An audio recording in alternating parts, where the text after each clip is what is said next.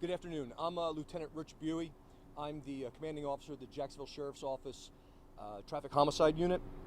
And usually when I'm talking, it's usually terrible news, obviously, because we're talking about serious injury or worse.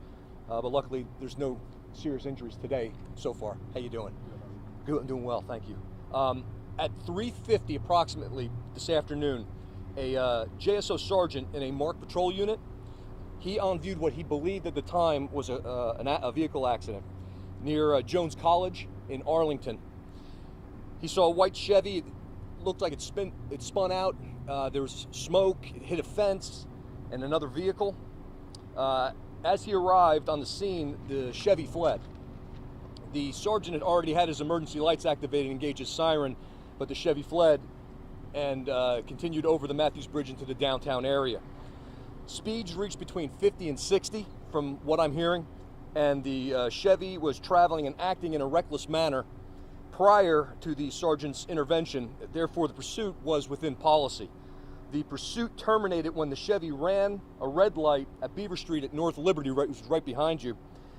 The Chevy collided with a dark-colored Infiniti and then a white Mercedes. The Infiniti was occupied by an adult male who was uninjured, luckily. The Mercedes was occupied by two adult females.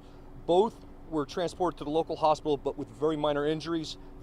Thankfully, both ladies were out of the cars and walking around and talking before they were transported. The Chevy was occupied by an adult male who was unconscious at the time of the termination of the pursuit, and he was also transported. He is not seriously injured, and he will be charged criminally for his actions. As of right now, we don't know exactly why he fled, but we do know that he had caused and fled from two separate accidents in the Arlington area, and the second accident is what the JSO sergeant actually on-viewed. And he was fleeing from that one for whatever reason. But we are continuing our investigation, obviously, and we'll find out why he fled. But he is going to be charged with other criminal Was there another charges. driver in that vehicle with him? No, sir. There was only just him, just the driver of that the white Chevy. A lot of witnesses I spoke with said that they saw guns drawn, ordered everybody to get back. At that point, did they fear that maybe he had something or was a part of something?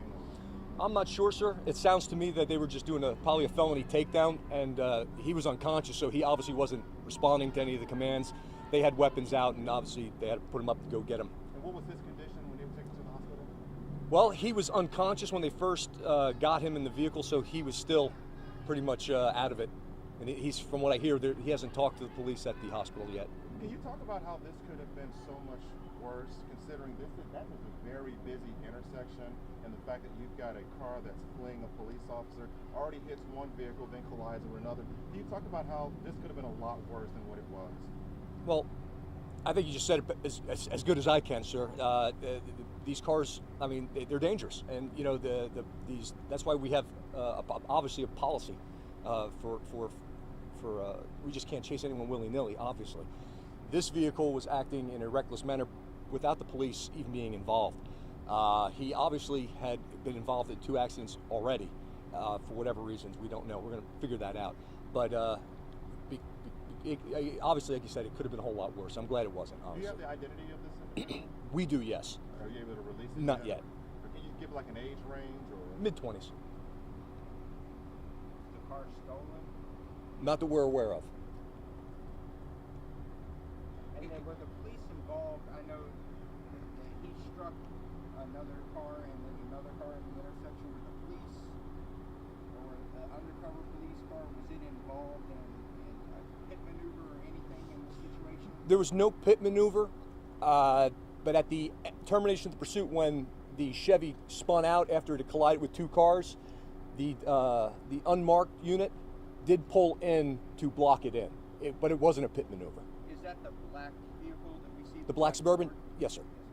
Thank you. Can you talk about, too, if you think about it, the logistics, where this happened, it happened right next to Fire Station 1, and the fact that paramedics were able to get on top of it so quick. Yeah, JFRD, what a great job they do, day in and day out, and it was. That's just where it is. It's right. It happened right next to the fire station. But these guys, day in and day out, are running to us and helping us and getting people to the hospital and doing everything they can to keep us healthy and safe. I can't say enough about our cousins over there. They do a great job. Everybody good? Thanks a lot. Thank you. Sir. Thank you very much.